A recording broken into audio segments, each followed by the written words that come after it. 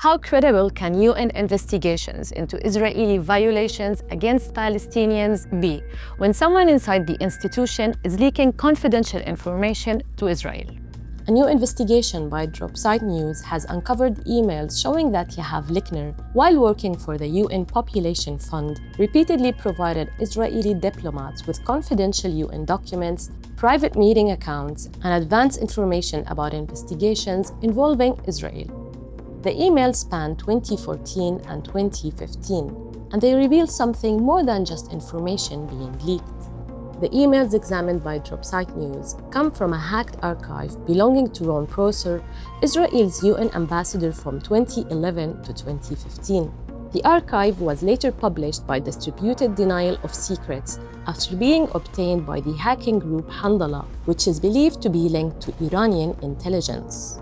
There raise questions about whether Lickner was acting as an international civil servant or whether he was actually secretly helping advance Israel's interests from inside the UN.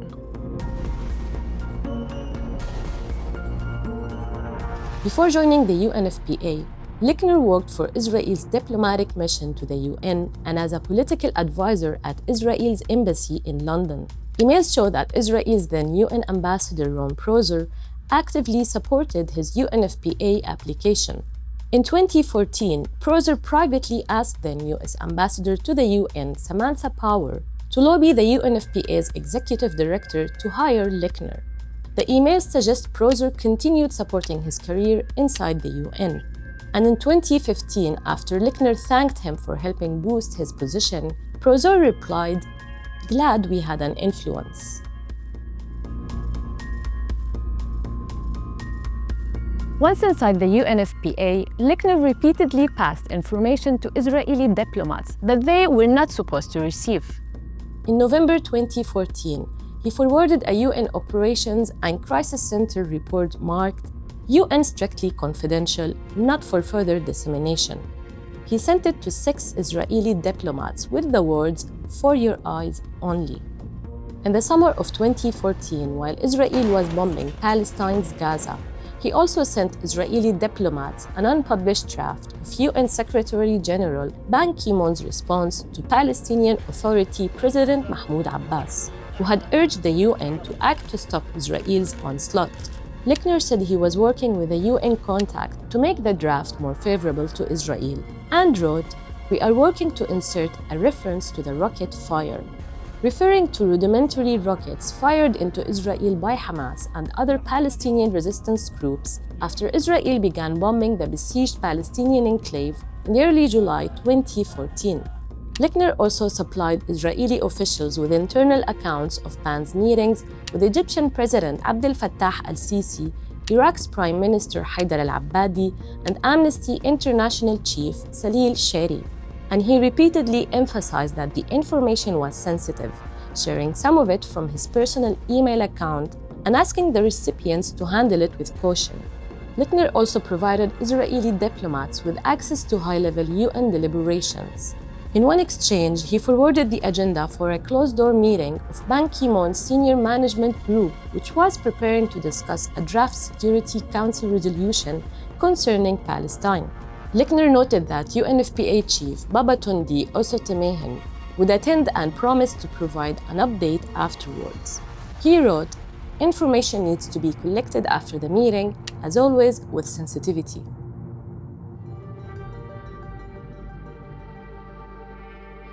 The emails also show Lickner giving Israeli officials advance warning of internal UN discussions concerning allegations of Israeli abuses. In May 2014, he warned Israeli diplomats about an upcoming UN meeting on the killing of 2 Palestinian teenagers, 16-year-old Mahmoud Odeh Salameh and 17-year-old Nadim Nuwara, by Israeli forces in Palestine's occupied West Bank. He said UN officials were considering language about excessive use of force.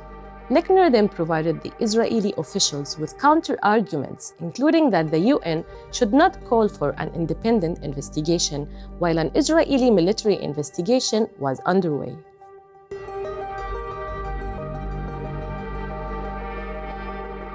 Perhaps the clearest example of Lickner's furtive operations and true motives came in February 2015, while Israel was facing a UN inquiry into its conduct during its onslaught on Palestine's Gaza in 2014. Lickner sent Israeli diplomats a confidential report about then UN Human Rights Chief Zaid Ra'ad al-Hussein's meetings in Washington, D.C. The report included details of meetings with White House officials, members of Congress, pro-Israel super lobby AIPAC, Zionist advocacy group J Street, and human rights organizations.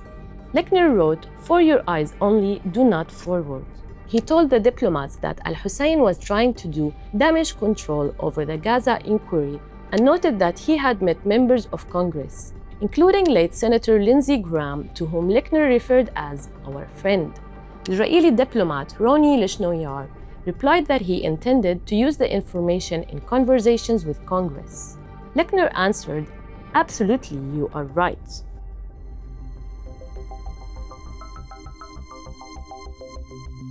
The emails also show Lickner helping Israeli officials understand and counter internal UN processes.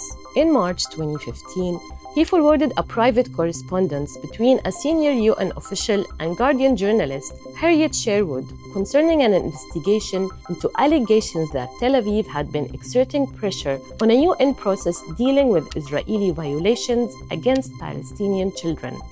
Lickner told the diplomat, "Internal correspondence, please do not use or quote." He also speculated about who inside the UN had leaked information to the journalist. In another case, an Israeli diplomat acknowledged that an internal UN document Lickner had provided couldn't be challenged because this is their internal report, which was not supposed to reach us. UN rules require international civil servants to serve the organization, not individual governments. They also prohibit officials from sharing information obtained through their official positions with governments or other outside sources. Former senior UN diplomat Charles Petrie told Dropsite News that the conduct documented in the emails is expressly prohibited. But he also said that the UN lacks strong internal mechanisms to hold officials accountable for leaking confidential information. After leaving the UNFPA, Lickner remained in the UN system, moving to the United Nations Children's Fund, UNICEF, in 2018. He later worked in humanitarian diplomacy within the context of Gaza and Security Council Resolution 2720, which focuses on humanitarian aid to the besieged Palestinian territory. He is now the director of UNICEF's Washington, D.C. office. Neither Lickner, nor Prozor, nor Samantha Power responded to Dropsite News requests for comment. UNICEF also failed to respond, but claimed it was handling the allegations during a press conference on August 7, 2026. Ultimately, what the emails show is a UN official repeatedly giving Israeli diplomats access to information they were never supposed to access, including details about investigations into Israel's actions in Palestine's Gaza and occupied West Bank. And this raises a fundamental question. How can the UN protect Palestinians and hold Israel accountable when its own confidential processes can be undermined from within to shield Tel Aviv from liability?